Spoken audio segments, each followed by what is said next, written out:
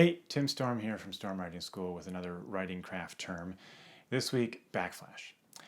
Backflash, unlike flashback, is a term I first heard from James Scott Bell. It's a brief callback to something from the past, but it's usually limited to a sentence or two or three. In fact, here it is in Bell's words. A backflash is where the character has a momentary thought in the midst of a scene, reflecting back on some significant incident in her life. Here's an example. It's from Kevin Wilson's book, The Family Fang. There's an Esquire reporter interviewing Annie, the main character, who grew up in a weird family that did these performance pieces in public and filmed them and always involved their children. Annie was one of the children and her little brother Buster was the other. The reporter says, "You were child A in all those art pieces that your parents created. You were, for all intents and purposes, the star." And Annie's reply is, "Oh, Buster was the star for sure. He had it much worse than me."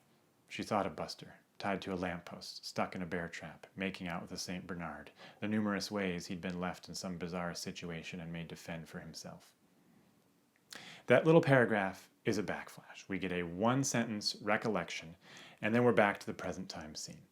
Backflash differs from flashback. A flashback is a scene. It's of something from before the story's present time action, but it's depicted like any scene with a sense of real-time movement and a sort of play-by-play of what's happening and often including dialogue. Backflash is a very brief narrative summary of the past.